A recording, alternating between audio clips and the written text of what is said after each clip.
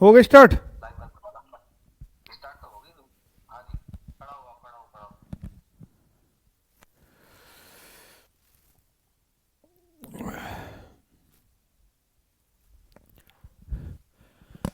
Hello नमस्कार साथियों, मैं रिंकू सोलंकी एक बार फिर आपका स्वागत करता हूं आपके अपने परिवार रोजगार विधांकित में। सभी भाई कैसे हैं, जल्दी बताएंगे और फटाफट आएंगे। आज आपका ग्रामर पार्ट 2 है।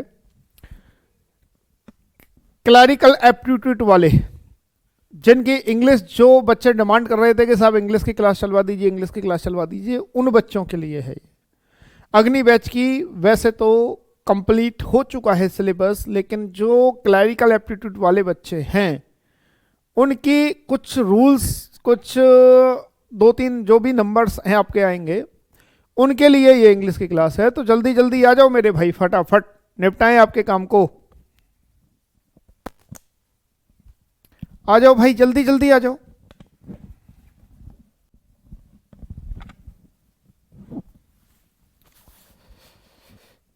जल्दी जल्दी आ जाओ, जल्दी जल्दी। शाबाश, राम राम भाई। क्लरिकल एप्टीट्यूड वाले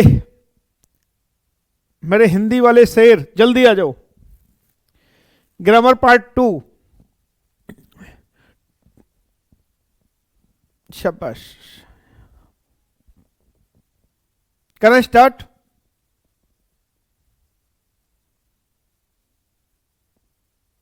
वेरी गुड, चलिए करें स्टार्ट। चलिए, मैंने आपसे कल मुझे लग रहा 20 से 25-30 रूल मैंने आपके कल कराए थे, है ना? इतने आई थिंक करा दिए होंगे, और 20 रूल के करीब आज आपके कराएंगे। ठीक है, तो धीरे धीरे धीरे धीरे करके करीब करीब 4-5 क्लासों में आपके जो टॉप मोस्ट रूल्स हैं, जिनसे उम्मीद बनती है कि भाई हाँ यहां से क्वेश्चन आ सकता है, वो मैं आपके सारे करा देता हूं। ठीक है मेरे भैया, है ना? तो आपको भी कोई परेशानी नहीं होगी। ठीक है, और एक साथ भी मैं अपना मतलब पल्ला नहीं झाड़ रहा हूं कि भाई एक साथ पढ़ा दिया आपको, अब आप देखते रहना, तो ऐसा भी नहीं है। आराम आराम से धीरे धीरे 2-4 दिन में आपका जो भी सिलेबस है वो करा दूंगा। ठीक है भाई, चलिए। चलो, तो अगली बात मैंने आपको शायद ये बता दिया था, नॉट ओनली बट आल्सो बता दिया था, है ना? अगला रूल नंबर नेक्स्ट आप डाल लेना, जो भी है। मैं इसका सीक्वेंस भूल जाता हूं, मैं कौन सा रूल पढ़ा रहा हूं। अगली बात क्या थी? ठीक है, शायद मैंने आपको ये बता दिया था, लेकिन फिर भी कोई बात नहीं, एक बार रिपीट कर देंगे तो कोई बुराई नहीं है। ठीक है, अगली बात क्या थी कि भाई आपके सब्जेक्ट 1 क्या है बच्चा? सब्जेक्ट 1 यदि not only but also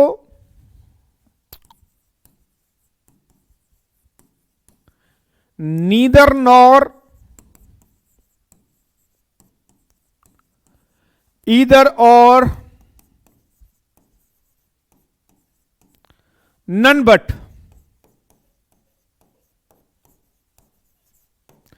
not only but also neither nor either or none but, यदि आपके दो कर्ता इनमें से किसी एक से जुड़े हों, आपका सब्जेक्ट 1 एंड सब्जेक्ट 2, है ना? तो वर्ब प्यारे साथी, वर्ब, तो वर्ब नजदीकी सब्जेक्ट मतलब नियरेस्ट सब्जेक्ट के अकॉर्डिंग आएगी।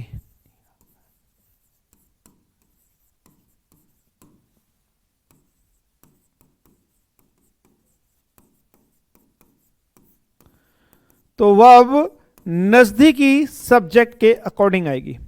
कहने का मतलब है सब्जेक्ट 1 और subject 2, not only but also, neither nor either और नन बट, इनमें से किसी एक से जुड़ता है, तो जो सब्जेक्ट जो वर्ब आएगी वो नजदीकी कर्ता के अकॉर्डिंग आएगी। जिस कर्ता के नजदीक वर्ब आएगी जो होगी, उसी कर्ता के अकॉर्डिंग आपकी वर्ब आएगी। ठीक है भाई, जैसे देखें क्या बोल रहा है, not only children subject 1 but also their father subject 2। Verb कहां? ये रही, है ना? ये वर्ब है। अब ये वर्ब कौन से सब्जेक्ट के नजदीक है भाई, बताओ? ये वर्ब कौन से सब्जेक्ट के नजदीक है? बेटा जो वर्ब है ये जो वर्ब है ये सब्जेक्ट 2 के नजदीक है।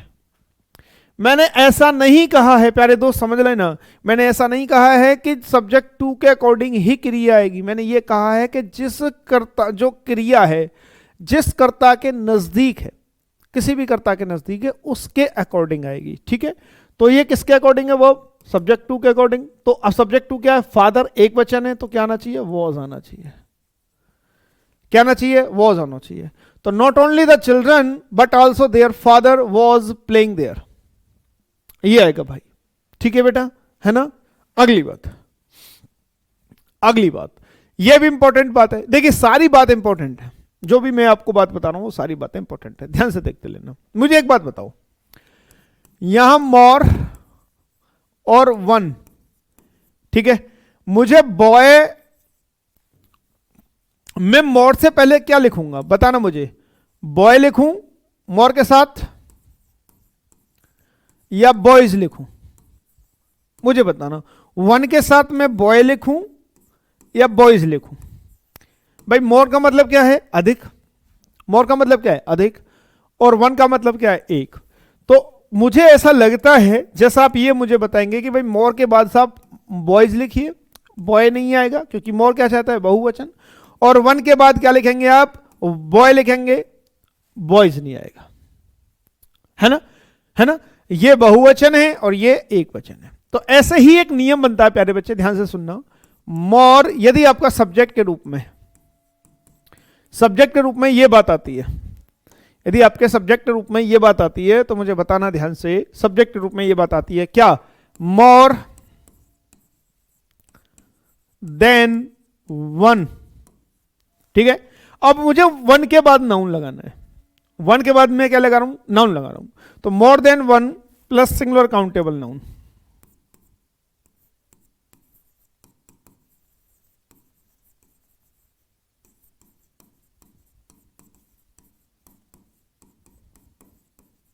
ठीक है।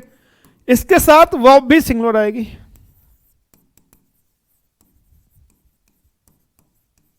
क्यों, क्योंकि वन के बाद नाउन है। क्या है भैया, वन के बाद नाउन है। अगली बात कहूं, मोर, ठीक है, plus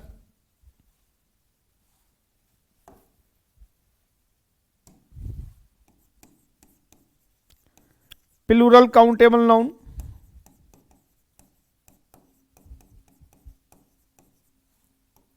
then one, then one, यहां वर्ब आएगी प्लूरल वर्ब। अब आप ध्यान से देखना भाई, क्या करेंगे, ध्यान से देखेंगे, करना कुछ नहीं है, ध्यान से देखना है क्या करना है। देखो क्या दिया हुआ है, मोर के बाद नाउन नहीं है, वन के बाद नाउन है। जब वन के बाद नाउन है तो सिंगुलर काउंटेबल नाउन आएगा, क्योंकि वन को क्या चाहिए, एक, वन को क्या चाहिए, एक, वन का मतलब क्या है, एक, तो सिंगुलर काउंटेबल नाउन, वन के बाद सिंगुलर काउंटेबल नाउन।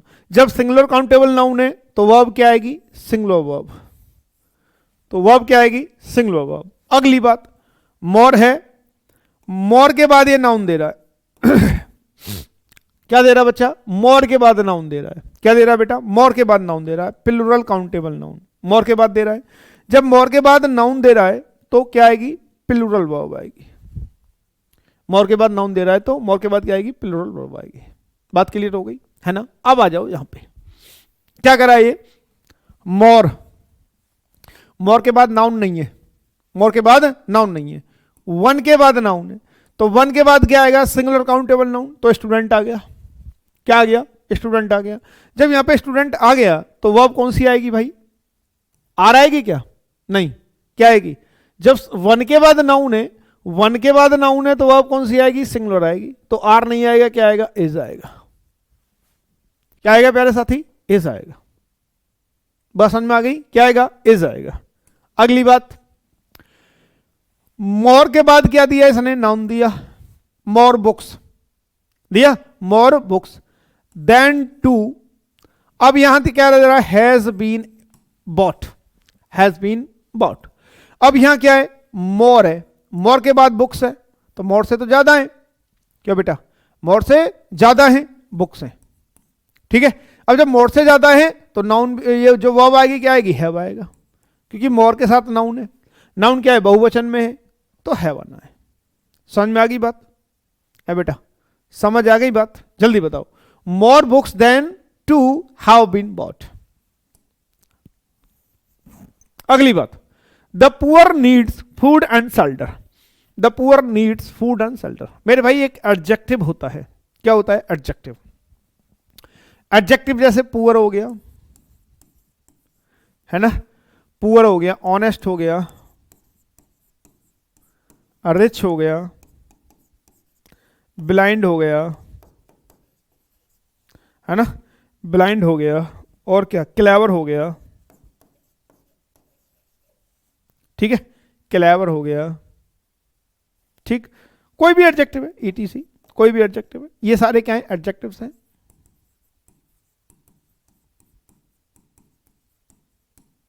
क्या है ये? एडजेक्टिव्स है। इनका हिंदी क्या है समझना बात को ध्यान से। गरीब, ऑनेस्ट का ईमानदार, रिच का अमीर, ब्लाइंड का अंधा, क्लेवर का चालाक, ठीक है जी, ईटीसी। ये एडजेक्टिव है। ये क्या है? एडजेक्टिव है। अब मेरे भाई यदि एडजेक्टिव के साथ कोई डेफिनेट आर्टिकल आ जाए, एडजेक्टिव के साथ क्या आ जाए? डेफिनेट आर्टिकल आ जाए, ये तो केवल एडजेक्टिव है। अब यदि मैं लिखता हूं the plus adjective, the plus क्या हो जाता है? एडजेक्टिव होगा। यदि मैं करता हूं द प्लस एडजेक्टिव, तो वो इज इक्वल टू होता है, भाई देखो एडजेक्टिव में मैं द जोड़ रहा हूं, यदि आप 3 में 2 जोड़ेंगे, 3 में 2 जोड़ेंगे तो उसका कोई आउटपुट होगा, वो 5 हो जाएगा। यदि आप 4 में 4 जोड़ेंगे तो उसका वो कोई आउटपुट होगा, उसका 8 हो जाएगा। ऐसे ही यदि मैं एडजेक्टिव में एलवाई जोड़ता हूं तो एडवर्ब बन जाता है। एडजेक्टिव में पहले द जोड़ रहा हूं, है ना, द जोड़ रहा हूं तो क्या बनता है? ध्यान से सुनना। यदि मैं एडजेक्टिव से पहले द लिखता हूं तो वो बन जाता है प्लूरल काउंटेबल नाउन। प्लूरल, है ना, कॉमन काउंटेबल नाउन या प्लूरल काउंटेबल नाउन कह दो, काउंटेबल नाउन क्या बन जाता है? Plural common countable noun. यदि एडजेक्टिव में द बनता है। अब मैं बताता हूं कैसे, क्या बनता है, जरा सुनो ध्यान से। यह बन गया। अभी मैंने पुअर लिखा तो गरीब, पुअर लिखा तो गरीब। अब यदि मैं लिखता हूं द पुअर, या लिखता हूं द ऑनेस्ट, या लिखता हूं द रिच, या लिखता हूं द ब्लाइंड, या द क्लेवर, ये लिखता हूं, है ना। तो अब इसका मतलब हो गया भाई, क्योंकि नाउन बन गया, अब इसका मतलब हो गया द पुअर का मतलब गरीब लोग। पुअर का मतलब क्या हो गया? गरीब लोग। द ऑनेस्ट का मतलब हो गया ईमानदार लोग।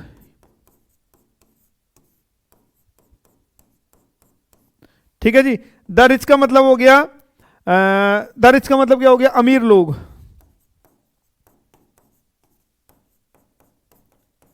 ठीक है। ऐसे ही द ब्लाइंड का मतलब है अंधे लोग।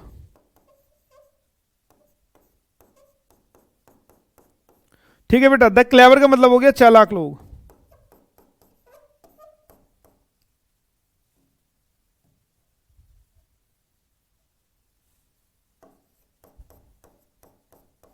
क्या है?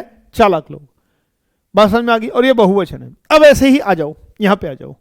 अब ये नाउन हो गए, ये सारे क्या हैं? ये सारे नाउन हैं। किसकी कैटेगरी में आएंगे? ये नाउन की कैटेगरी में आएंगे।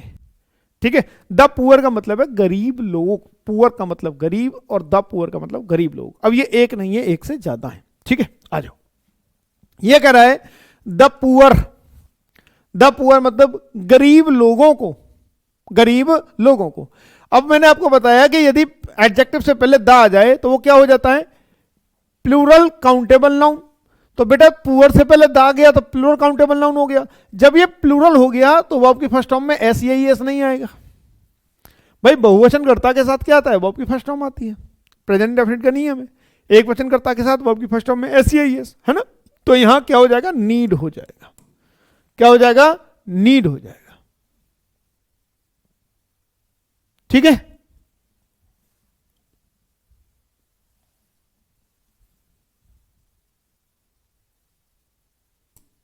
अगली बात, if he would receive my letter in time he would be able to change his plans no error. देखो ये कंडीशनल सेंटेंस है और ऐसा लगता है कि कंडीशनल सेंटेंस आपके लिए बड़ा महत्वपूर्ण टॉपिक है, बहुत महत्वपूर्ण टॉपिक है। तो इसे मैं थोड़ा सा आपको समझा देता हूं, ठीक है, थोड़ा सा समझा देता हूं, उससे ही आपका काम चल जाएगा। ध्यान से समझना, ठीक है। कंडीशनल, इसको मैं आपको थोड़ा समझा देता हूं, है ना। टॉपिक का नाम है कंडीशनल।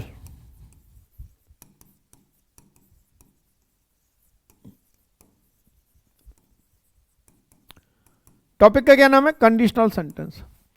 और ये सेंटेंस आपके लिए बहुत ही बेहद महत्वपूर्ण है, तो इसलिए मैं सोच रहा हूं कि आपको थोड़ा सा समझा दूं। कंडीशनल सेंटेंस, देखिए कंडीशनल सेंटेंस का मतलब है कि कोई बात, कंडीशनल सेंटेंस का मतलब है कोई शर्त, कोई शर्त, ठीक है। जैसे पिताजी ने आपको कहा होगा कि भाई यदि आपकी नौकरी लग जाएगी, है ना, तो आपकी शादी जल्दी कर देंगे, कद्दी होगी सन कंडीशन है। या आप 9th या 10th स्टैंडर्ड में थे, पिताजी ने आपको कंडीशन दी होगी कि भाई यदि आप अच्छे मार्क्स से पास होते हैं, है ना, आप अच्छे मार्क्स से पास होते हैं तो आपको साइकिल दिलवा दी जाएगी, है ना, कंडीशन। यदि आप मेरे पास आओगे तो मैं तुम्हारी सहायता करूंगा, कंडीशन। यदि तुम ये करोगे तो मैं वो करूंगा, कंडीशन। तो ये कंडीशनल सेंटेंस होते हैं।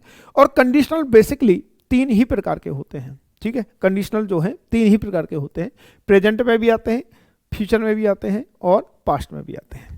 अब मैं बताता हूँ कैसे प्रेजेंट का कैसे आएगा, प्रेजेंट का कैसे आएगा, फ्यूचर का कैसे आएगा, ये बताता हूँ। यदि तुम मेरे पास आओगे तो मैं तुम्हारी सहायता करूंगा, फ्यूचर, है ना। इसकी जो साउंड है वो फ्यूचर की है, जो बात कही जा रही है फ्यूचर के लिए कही जा रही है। यदि मेरे पास पैसे हों तो मैं तुम्हें दे दूं, प्रेजेंट, अभी की बात कर रहा है, अभी की बात कर रहा है, ठीक है। अब पास्ट की कैसे, कि यदि मैं कठिन परिश्रम कर लेता, यदि मैं कठिन परिश्रम कर लेता तो पास हो जाता, यदि मैं कठिन परिश्रम कर लेता तो पास हो जाता। ये क्या है? ये कौन सी है? पास्ट की कंडीशन है, ठीक है। तो जो कंडीशनल सेंटेंस है बच्चा, उसमें 2 क्लॉज आती हैं। एक को हम बोलेंगे इफ क्लॉज, दूसरे को बोलेंगे subordinate main clause. If clause को हम दूसरे शब्दों में सबऑर्डिनेट क्लॉज भी बोलते हैं। क्या बोलते हैं? सबऑर्डिनेट क्लॉज भी बोलते हैं। और मेन क्लॉज को हम दूसरे शब्दों में बोलते हैं प्रिंसिपल क्लॉज। क्या बोलते हैं? प्रिंसिपल क्लॉज, ठीक है, ध्यान रखना। तो कंडीशनल सेंटेंस हमारे बेसिकली 3 प्रकार के होते हैं। नंबर 1 प्रेजेंट लाइकली, बेटा ध्यान से समझते रहना। Number 2 present unlikely. Number 3 past condition.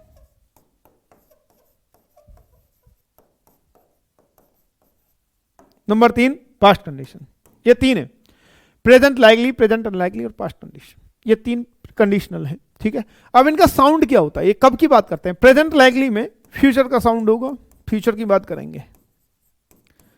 Present unlikely में, प्रेजेंट अनलाइकली में प्रेजेंट की बात करेंगे। और पास्ट कंडीशन में पास्ट की बात करेंगे। पास्ट कंडीशन में किसकी बात करेंगे? पास्ट की बात करेंगे। समझेंगे ध्यान से क्या है। अब ये बनेंगे कैसे? क्योंकि तुम्हें बहुत ज्यादा डिटेल तो पढ़ानी नहीं है ना। अब ये बनेंगे कैसे? मैं सीधा सीधा आपको टारगेट पे लेके चलता हूं। ये बनेंगे कैसे? एक तो आपकी इफ क्लॉज है,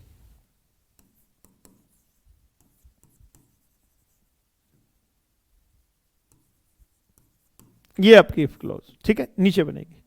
एक आपकी मेन क्लॉज, ठीक है।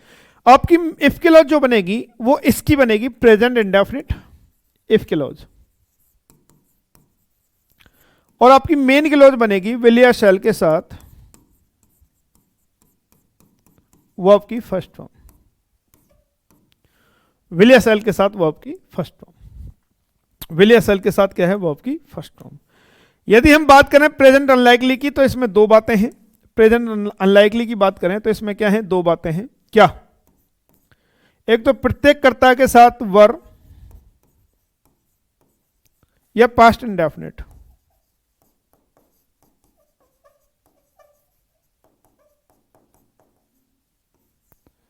और ये जो वाक्य है प्रेजेंट लाइकली का इफ जो सबऑर्डिनेट क्लॉज बनेगा वो वुड या शुड प्लस वर्ब की फर्स्ट फॉर्म, वुड या शुड वर्ब की फर्स्ट फॉर्म। बाबू ध्यान से समझते रहना, ठीक है, बहुत ध्यान से, दिक्कत होगी तो मैं बता दूंगा आपको, है ना, मैं बताऊंगा, देखो ध्यान से। अब पास्ट कंडीशन की बात करें बच्चा, तो पास्ट परफेक्ट और दूसरी क्लॉज जो बनेगी, दूसरी क्लॉज बनेगी आपकी वुड, शुड, कुड,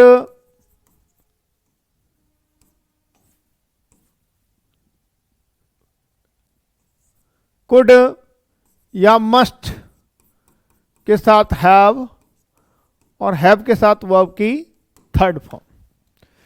अब ट्विस्ट क्या है, अब इसे समझने की बात क्या है ये समझेंगे, ठीक है, इसमें समझना क्या है ये समझेंगे। भाई ये घूम जाएगा, ये नहीं घूमेगा भाई, है इसमें तो ये बड़ा पंगा है। ओहो, ऐसे भी हो जाता है, अरे वाह, अच्छा,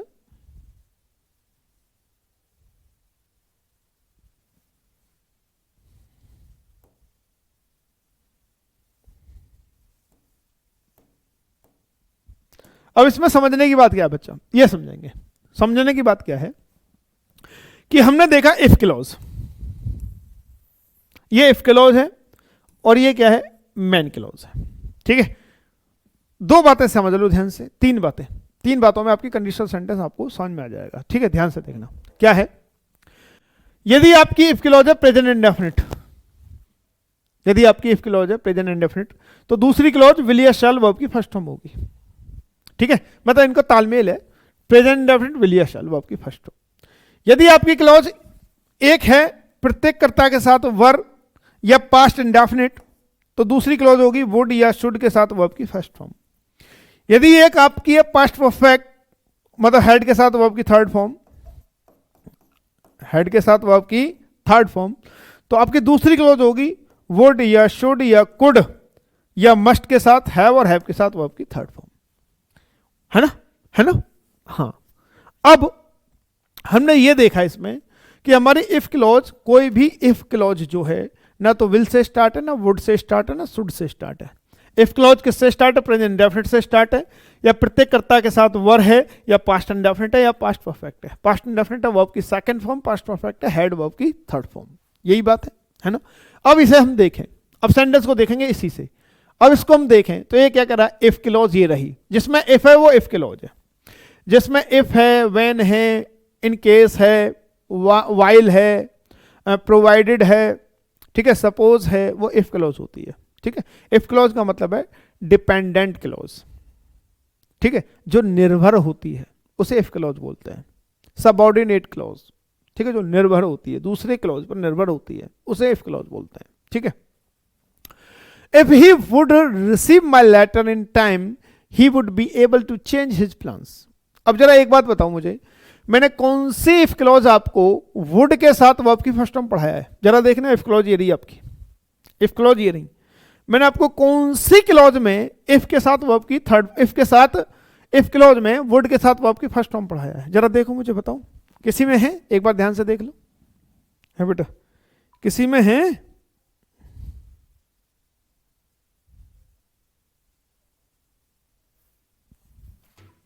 किसी में, जरा ध्यान से देखो फिर मुझे बताओ।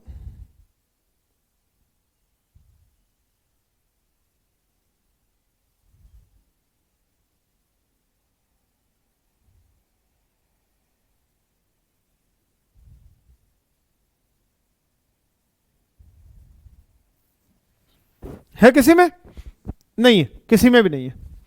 जब किसी में भी नहीं है तो हमारी ये गलती है, ये गलत है ना। अब ये क्या होगा, इसके साथ क्या होगा, ये वुड दे रहा है, वुड के साथ बी, वुड के साथ वर्ब की फर्स्ट फॉर्म, क्या दे रहा है, वुड के साथ वर्ब की फर्स्ट फॉर्म, तो कहां था वुड के साथ वर्ब की फर्स्ट फॉर्म, ये रहा, वुड के साथ वर्ब की फर्स्ट फॉर्म।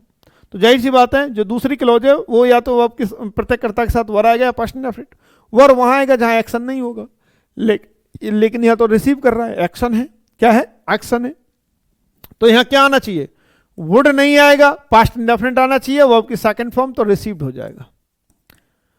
क्या हो जाएगा, रिसीव्ड, RECEIVED, रिसीव्ड हो जाएगा, है ना। If he received my letter in time he would be able to change his plans, ये आएगा बच्चा। तो कहां गलती है, ए में गलती है। आई बात समझ, ठीक है। अगली बात, कई क्वेश्चन होंगे कंडीशनल पे, ताकि मैं आपको ढंग से समझा सकूं, कई क्वेश्चन होंगे। अगली बात क्या है, the train will not start until the guard will below the whistle. अब देखो, अंटिल ये रहा, तो ये आपकी इफ क्लॉज है। अब भैया मैंने आपको कब बताया इफ क्लॉज में विल लगाओ, मैंने बताया आपको इफ क्लॉज में विल लगाओ, बताओ।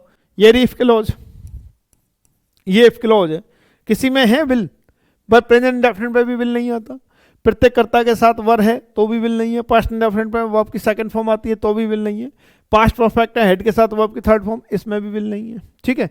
तो यहां कैसे विल आ जाएगा भाई, तो यहां भी ये गलत है, विल नहीं आएगा, विल नहीं आएगा। अब दूसरी क्लॉज में क्या आ रहा है, विल आ रहा है, तो हमें ये भी देखना होगा दूसरी क्लॉज क्या ये रही, इसमें विल के साथ वर्ब की फर्स्ट फॉर्म है। जब इसमें विल के साथ वर्ब की फर्स्ट फॉर्म है तो पहली क्लॉज क्या आएगा, प्रेजेंट इंडेफिनिट आएगा। पहली क्लॉज आपकी क्या आएगी, प्रेजेंट इंडेफिनिट आएगी। तो बाबू ये आपका जो आएगा ना, ये है ना, अंटिल द ट्रेन, जब ये विल के साथ वर्ब की फर्स्ट फॉर्म है तो ये कौन सी आएगी, प्रेजेंट इंडेफिनिट। अब द गार्ड कितने वचन है, एक वचन है, एक वचन कर्ता के साथ वर्ब की फर्स्ट फॉर्म में एस या ईएस, कहां गलती है, सी में गलती है। किसमें गलती है बच्चे, सी में गलती है। अगली बात, if I would know what you wanted I would help you. If वाली क्लॉज यार मैंने तुम्हें कब बताया कि वुड के साथ वर्ब की फर्स्ट फॉर्म लगाओ, बताया मैंने, नहीं बताया। इफ वाली क्लॉज में ना विल आएगा, ना वुड आएगा, ना शुड आएगा, कुछ नहीं आएगा, ठीक है। इफ वाली क्लॉज या तो प्रेजेंट इंडेफिनिट होगी, या पास्ट इंडेफिनिट होगी, या पास्ट परफेक्ट होगी, यही तो बात बताई है, और तो कोई बात ही नहीं बताई, है ना। तो अब क्या करेंगे भाई, वुड हटाएंगे। अब आगे क्या करना है, ये मेन क्लॉज बताएगी, प्रिंसिपल क्लॉज बताएगी, वुड के साथ वर्ब की फर्स्ट फॉर्म है। जब यहाँ वुड के साथ वर्ब की फर्स्ट फॉर्म है तो यहाँ पास्ट इंडेफिनिट आना चाहिए। अब पास्ट इंडेफिनिट नो का हो जाएगा न्यू, ए में गलती है। वुड भी खत्म, नो का न्यू हो जाएगा। अगली बात, word she will not allow you to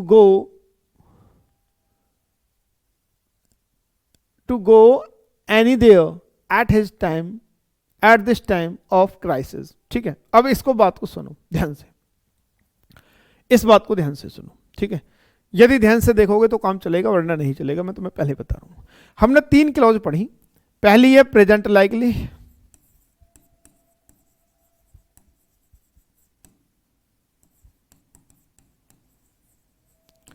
दूसरी प्रेजेंट अनलाइकली,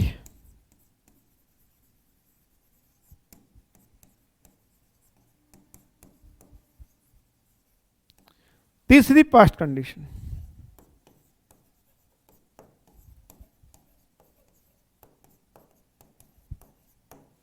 तीसरी क्या है, पास्ट कंडीशन। हमने 3 क्लॉज पढ़ी, प्रेजेंट लाइकली, प्रेजेंट अनलाइकली और पास्ट कंडीशन, 3 क्लॉज पढ़ी, ठीक है।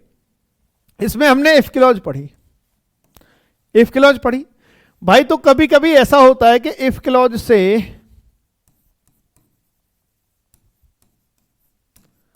यदि इफ हटाया जाए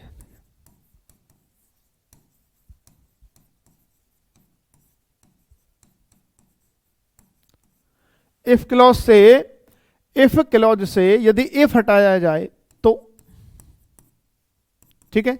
इफ क्लॉज से यदि इफ हटाया जाए तो क्या करेंगे, इफ क्लॉज से यदि इफ हटाया जाए तो क्या करेंगे, ध्यान से सुनना, ठीक है। क्या करना है, यहां इफ हटाया तो प्रेजेंट लाइकली में, है ना, प्रेजेंट लाइकली में आ जाएगा शुड। यदि प्रेजेंट अनलाइकली में इफ हटाया तो आ जाएगा वर। यदि पास्ट कंडीशन से इफ हटाया तो आ जाएगा हैड। पहले मतलब इफ की जगह शुड, इफ की जगह वर और इफ की जगह हैड, ये आ जाएगा इफ हटाते हैं तो। यदि कंडीशन सेंटेंस से हम लोग इफ हटाते हैं तो इफ की जगह प्रेजेंट लाइकली में शुड आ जाएगा, प्रेजेंट अनलाइकली में वर आ जाएगा और पास्ट कंडीशन में क्या आ जाएगा, हैड आ जाएगा। ध्यान रखना, ठीक है। अब जैसे ये रहा, इसने कंडीशनल सेंटेंस है बेटा ये, और इसने इफ हटाया, वर आ गया पहले, कर्ता से पहले वर आ जाएगा, इफ की जगह आ जाएगा, मतलब इफ की जगह। ये सेंटेंस को मैं ये भी लिख सकता हूं, इफ सी वर आई, ये भी लिख सकता हूं, इफ सी वर आई। इस सेंटेंस को मैं ये भी लिख सकता हूं, इफ सी वर आई, इस तरह से लिख सकता हूं। अब आप कहोगे सर इसे इफ को हटाओ, तो इफ हट गया तो हेल्पिंग ऑफ क्या है, वर है, तो वर आ जाएगी पहले, वर शी आए, ये हो जाएगा। तो यही ये है वर सी आए, यही है ना। तो क्या है ये वर सी आए, किस में आता है, वर सी आए किस में आता है, प्रेजेंट अनलाइकली में। जब प्रेजेंट अनलाइकली में प्रत्येक कर्ता के साथ वर आता है तो दूसरी क्लॉज किससे बनती है, वुड या शुड, वर्ब की फर्स्ट फॉर्म से। तो यहां विल की जगह क्या आ जाएगा, वुड आ जाएगा। बी में गलती है।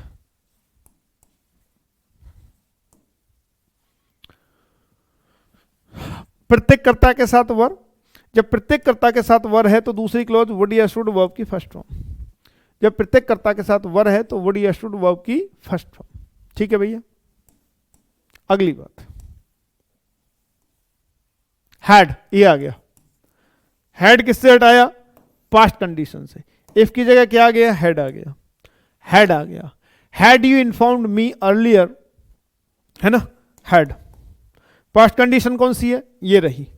पास्ट कंडीशन में क्या आता है, पास्ट परफेक्ट, हैड वर्ब की थर्ड फॉर्म। दूसरी क्लॉज में क्या आता है, वुड या शुड के साथ कुड, कुड के साथ हैश, कुड या शुड या कुड या मस्ट के साथ हैव, और हैव के साथ वर्ब की थर्ड फॉर्म, है ना। Would, could, should, must, have के साथ वर्ब की थर्ड फॉर्म। ठीक है जी। अब इसने क्या किया, इसने क्या किया, हेड लगा दिया, इफ हटा दिया, हेड लगा दिया, इफ हटा दिया। तो ये कौन सी कंडीशन है, पास्ट कंडीशन है। जब पास्ट कंडीशन है तो वुड के साथ हैव, और हैव के साथ वर्ब की थर्ड फॉर्म। तो वुड हैव के साथ वर्ब की थर्ड फॉर्म आनी चाहिए, इसने फर्स्ट फॉर्म दिया है तो परचेज्ड होगा, सी में गलती है।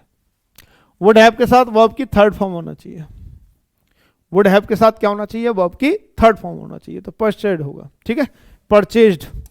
अगली बात, हैड आई रियलाइज, उसी तरह का है।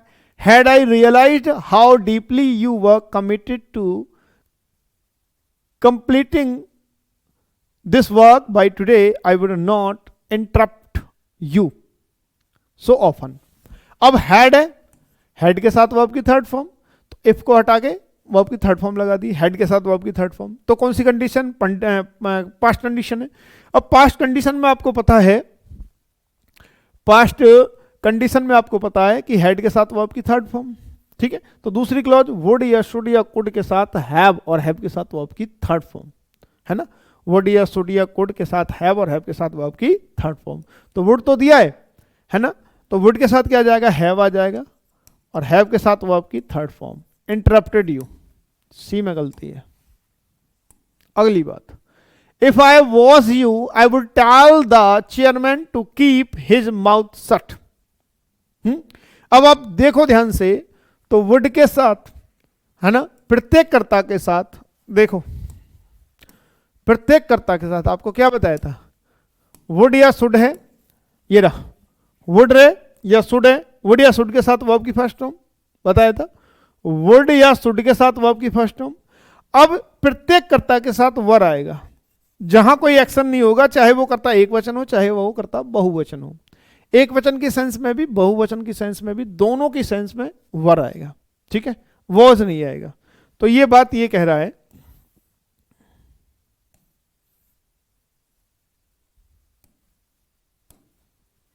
आई के साथ, है ना, एक्चुअल में आई के साथ वॉज ही आना चाहिए, लेकिन यहां क्या आएगा, वर आएगा, क्योंकि कंडीशनल सेंटेंस है। तो if I were you I would tell the chairman to keep his mouth shut, ये होगा। ठीक है भैया, अगली बात करें। It is I who is to blame for this bad situation. इसको ध्यान से देखेंगे भाई, इसको बहुत ध्यान से देखेंगे। ठीक है, बहुत ध्यान से देखेंगे, काम की बात है। देखिए, जब आपका डमी सब्जेक्ट के रूप में इट आ जाए, डमी सब्जेक्ट के रूप में इट आ जाए, और इट के बाद या आ जाए इज या एम या आर, या आ जाए वॉज या आ जाए वर, या आ जाए विल या आ जाए शैल के बाद बी। इट के बाद या तो इज एम आर आ जाए, या वॉज वर आ जाए, या विल बी या शैल बी आ जाए। ठीक है, अब इसके बाद बच्चा, इसके बाद है ना, दो बातें होती हैं, या तो सब्जेक्टिव केस ऑफ प्रोनाउन आता है, यहां आता है ऑब्जेक्टिव केस ऑफ प्रोनाउन।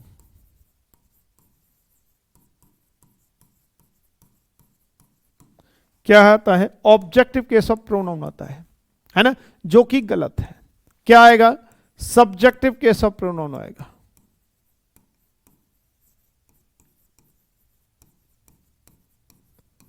क्या आना चाहिए मेरे भाई? सब्जेक्टिव केस ऑफ प्रोनाउन आना चाहिए। ठीक है, इसके बाद समझना बेटा ध्यान से, इसके बाद आएगा रिलेटिव प्रोनाउन। ठीक है, और रिलेटिव प्रोनाउन के बाद आएगा वर्ब। और वर्ब किसके अकॉर्डिंग आएगा? रिलेटिव प्रोनाउन के अकॉर्डिंग। रिलेटिव प्रोनाउन किसके आएगा? इसके अकॉर्डिंग। ये बड़ी बड़ी विचित्र बात है, लेकिन एक बार ध्यान से समझ जाओगे, एग्जांपल दूंगा तो तुम्हारे क्लियर हो जाएगा। ठीक है, देखो ना जरा, मैं पहले आपको इसका एग्जांपल बता रहा हूं, फिर देखो बेटे। यदि मैं कहूं it is me who am your friend, एक। अगला कहूं it was I who is your friend, या अगला कहूं, अगली बात कहूं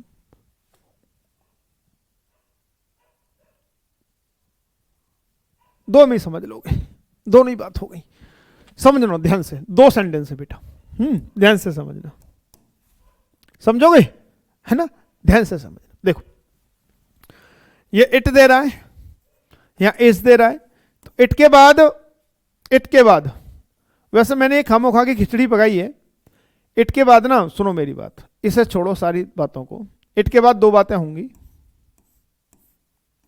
इज या वॉज या विल बी, ये समझ लो बस।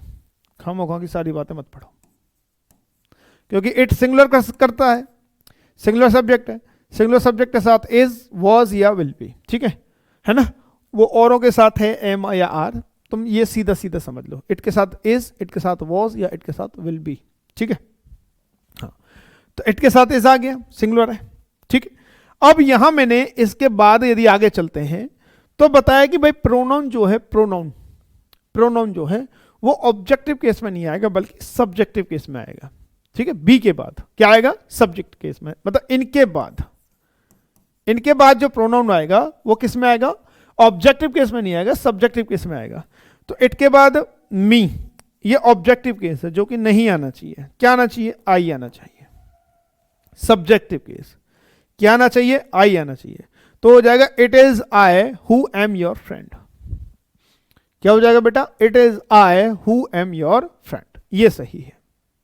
ठीक है प्यारे बच्चा, आई हो जाएगा यहां सब्जेक्टिव केस।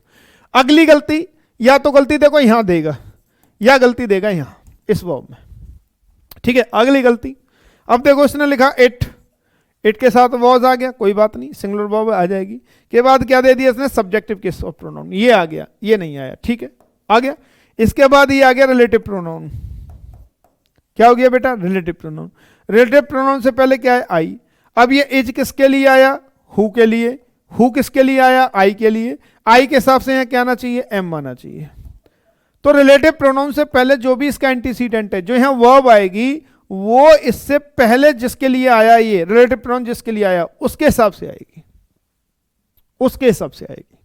ठीक है, अब जरा देखें, इट इज आई, ठीक है, इट है, बी है, आई हो गया। ठीक है, हु आ गया, कहां गया? आई के लिए। इज किसके लिए आया? हु के लिए। हु के लिए, हु किसके लिए आया? आई के लिए। तो आई के हिसाब से क्या आएगा? एम आएगा। तो it is I who am to blame for this bad situation. It is I who am to blame, who am आएगा बेटा, इज नहीं आएगा, ध्यान रखना।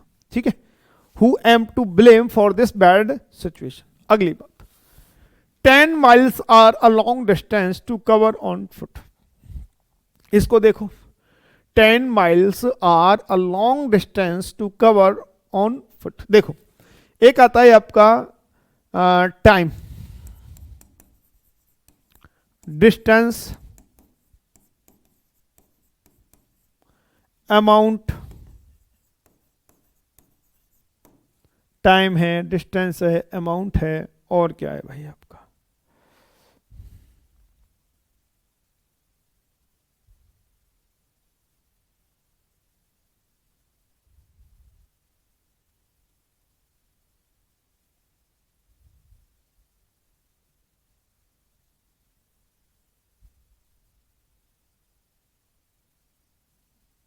अमाउंट हो गया, डिस्टेंस हो गया, टाइम हो गया। एक आध बात हो रही है, मेरे दिमाग से स्लिप हो रही है वो, है ना, चलो मैं बताऊंगा। बच्चा ये यदि किसी एक यूनिट में आती है, कोई सर्टेन यूनिट को दर्शाए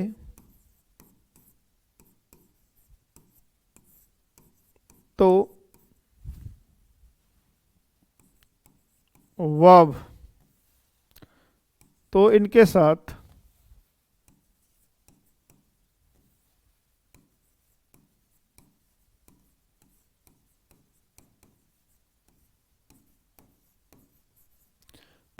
वर्ब सिंगुलर आती है।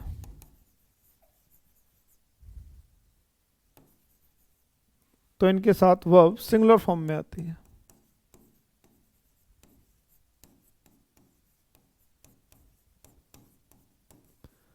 तो इनके साथ वर्ब किस में आती है बच्चा, सिंगुलर फॉर्म में आती है।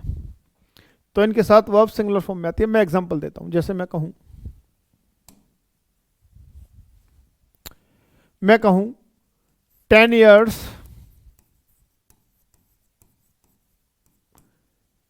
is oblique are a long period।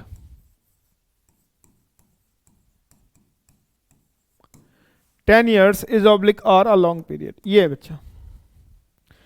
यदि मैं कहूं 10 years is oblique are a long period, ये 10 years is oblique are a long period, 10 साल एक लंबा समय है। क्या है, 10 साल एक लंबा समय है, ठीक है। तो एक अ लॉन्ग पीरियड क्या है मेरे भाई, जरा बताओ। अ लॉन्ग पीरियड क्या है, 10 ईयर्स है। क्या है एक लॉन्ग पीरियड, 10 ईयर्स है ना। 10 ईयर्स एक लॉन्ग पीरियड है। तो एक सर्टेन यूनिट हो गई, जब एक सर्टेन यूनिट हो गई तो इज आएगा, आर नहीं आएगा, ठीक है ना। क्या आएगा, इज आएगा, आर नहीं आएगा। अब यदि मैं यहां लिखूं 10 ईयर्स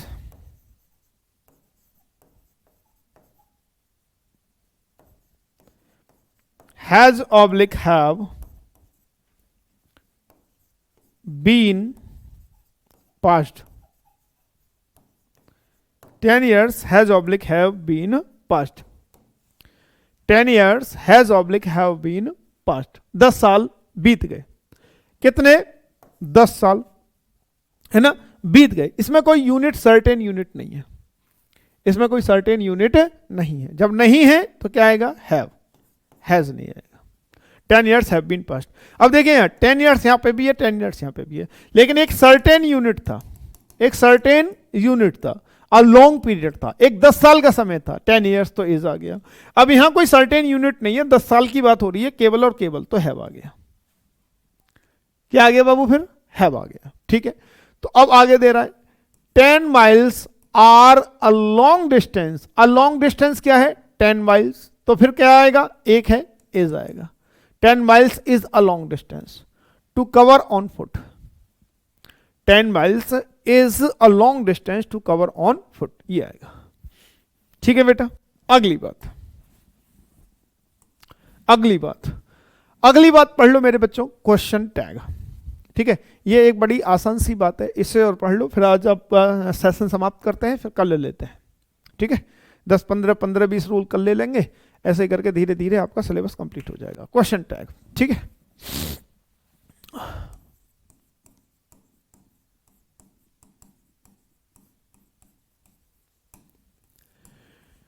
बाबू क्वेश्चन टैग को एक शॉर्ट फॉर्म बोलते हैं हम।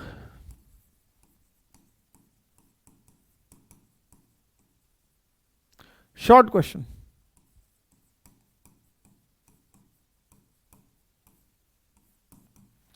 क्वेश्चन टैग को हम क्या बोलते हैं? शॉर्ट क्वेश्चन बोलते हैं। क्या बोलते हैं बच्चे? शॉर्ट क्वेश्चन बोलते हैं। ठीक है, ठीक है, शॉर्ट क्वेश्चन, क्वेश्चन टैग को इसे भी समझ लो क्योंकि ये इंपॉर्टेंट चैप्टर है।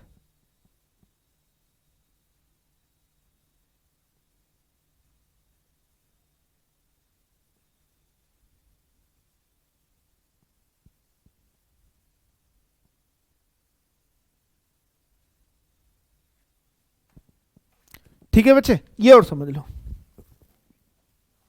देखो क्वेश्चन टैग, शॉर्ट क्वेश्चन, इसमें क्या होता है बाबू, ये एक सेंटेंस होता है, यहां ये एक सेंटेंस होता है और सेंटेंस आपके असर्टिव होता है। सेंटेंस आपका क्या होता है? असर्टिव होता है। मतलब ये सेंटेंस या तो पॉजिटिव होगा या क्या होगा? नेगेटिव होगा। ये सेंटेंस आपका या तो होगा पॉजिटिव या होगा नेगेटिव। ठीक है, ये सेंटेंस आपका क्या होगा? पॉजिटिव होगा या नेगेटिव होगा। अब इसका क्वेश्चन टैग देखें हम, तो अब इसका क्वेश्चन टैग क्या बनेगा? यदि आपका sentence plus not plus subjective case of pronoun plus question mark. ठीक है, अब यदि सेंटेंस आपका नेगेटिव है तो क्वेश्चन टैग क्या बनेगा? Helping verb plus subjective case of pronoun plus question mark. ये बड़ी सिंपल सी बात है। अब आप कहोगे साहब हेल्पिंग वर्ब कहां से लोगे? हेल्पिंग वर्ब कहां से लोगे? कितना दिन चलेगा सर? ज्यादा से ज्यादा बेटा 2-3 दिन और चलेंगे। ठीक है, खींच करके 3 दिन। आज दिन क्या है मैं आपको बता देता हूं, कब तक समाप्त करा दूंगा।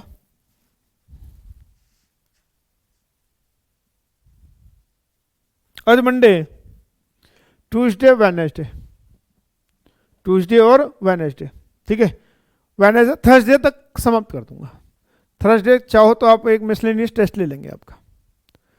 ठीक है, थर्सडे तक समाप्त कर दूंगा। ये क्या है बच्चा? Helping verb. ये क्या है? नॉट। ये क्या है? Subjective case of pronoun. ठीक है, helping verb, subjective case of pronoun, question mark. अब ये क्या? हेल्पिंग वर्ब जो है ना, हेल्पिंग वर्ब हम इसी सेंटेंस से लेंगे। हेल्पिंग वर्ब हम किससे लेंगे? इसी सेंटेंस से लेंगे।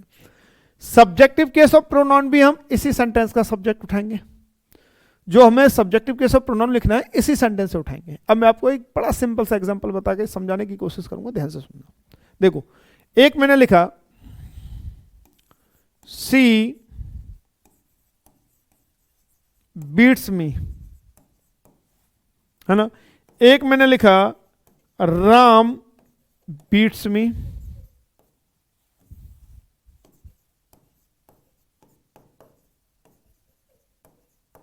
ये दो हो गए।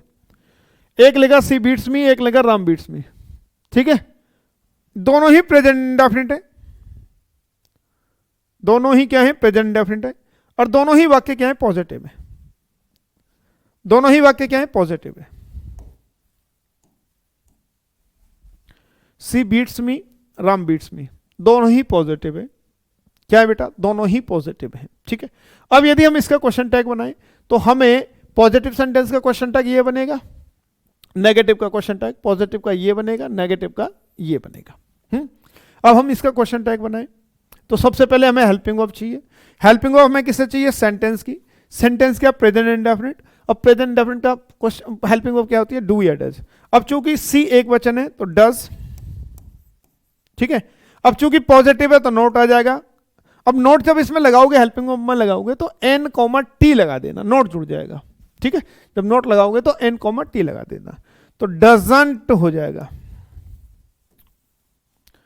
हेल्पिंग वर्ब आ गई डज, एन लगा दिए कॉमा टी। जब नोट लगाना हो तो हेल्पिंग वर्ब में एन कॉमा टी लगा देना। जब नोट लगाना हो तो क्या लगाते हैं ना? हेल्पिंग वर्ब में एन कॉमा टी। ठीक है बेटा, क्या लगा देंगे? N comma T. तो डजंट। अब सब्जेक्टिव केस ऑफ प्रोनाउन क्या आना चाहिए? प्रोनाउन है तो जो का त्यों उठा दो, और नाउन है तो प्रोनाउन बना लो। ठीक है, प्रोनाउन है तो जो का त्यों उठा लो, और नाउन है तो प्रोनाउन बना लो। तो डजंट सी, ये बन गया। Doesn't see. बन गया बच्चा। अब यहां देखें, कह रहा राम बीट्स मी। अब यह भी पॉजिटिव है, तो पॉजिटिव में क्योंकि करता एक वचन है राम, तो क्या हो गया डज। डज में एन कॉमा टी, क्योंकि नेगेटिव है, नेगेटिव नॉट जुड़ेगा, तो does comma T doesn't. Ram क्या है, लड़का है, नाउन है, तो लड़के का प्रोनाउन ही, मेल का ही, फीमेल का सी, है ना, और कॉमन जेंडर का क्या आएगा, ही आएगा। पता है ना भाई, यदि मेल है उसका प्रोनाउन मैं आपसे पूछूं, यदि मेल है तो मैं उसका प्रोनाउन आपसे पूछूं, भाई मेल का प्रोनाउन क्या होगा, ही, एक वचन है। फीमेल है एक वचन है सी, फीमेल है एक वचन है सी, ठीक है। और कुछ कॉमन जेंडर ऐसे होते हैं जो मेल और फीमेल दोनों के लिए यूज होते हैं, जैसे टीचर है, स्टूडेंट है, सिंगर है ना, और आपका क्या है और क्या है, थीफ है ना, थीफ है, चाइल्ड है, चाइल्ड तो खैर उसमें आ जाएगा, इट में आ जाएगा, ठीक है। तो इनके साथ क्या आएगा, ही आ जाएगा। क्या आ जाएगा इनके साथ, ही आ जाएगा। क्या आ जाएगा, ही, यदि जेंडर क्लियर नहीं है। तो राम क्या है, जेंडर मैस्कुलिन जेंडर है, मतलब आदमी है, मेल है, एक वचन है, तो क्या आ जाएगा, ही, तो डजंट ही आ जाएगा। क्या आ जाएगा बेटा, डजंट ही, है ना। और एग्जांपल मैं आपको देता हूं, सुनो ध्यान से। ये आ गया, ये तो पॉजिटिव का आ गया। अब नेगेटिव का लिखूं। अब यदि मैं नेगेटिव का लिखता हूं, यदि मैं लिखूं यहां लिखता हूं, माय फादर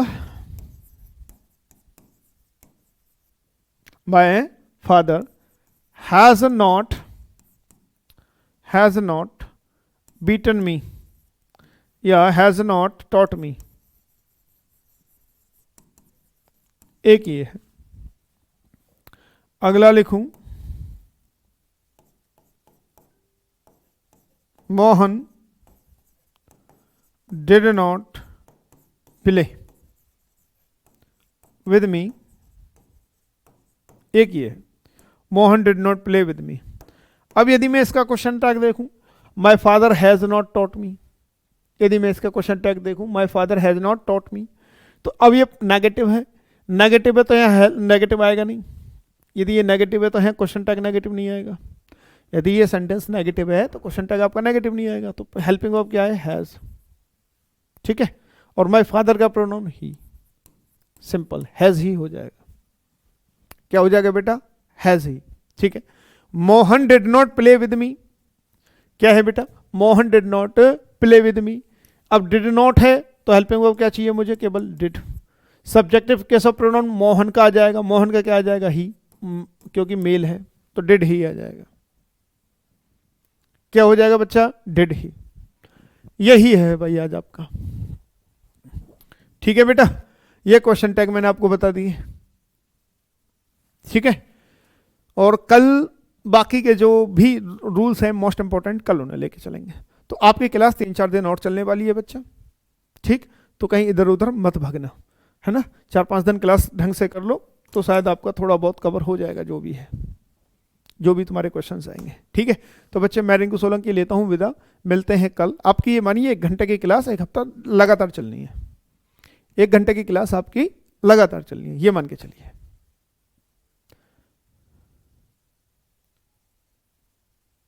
ठीक है, चलिए तो मैं रिंकू सोलंकी लेता हूं विदा, मिलते हैं कल, जय हिंद।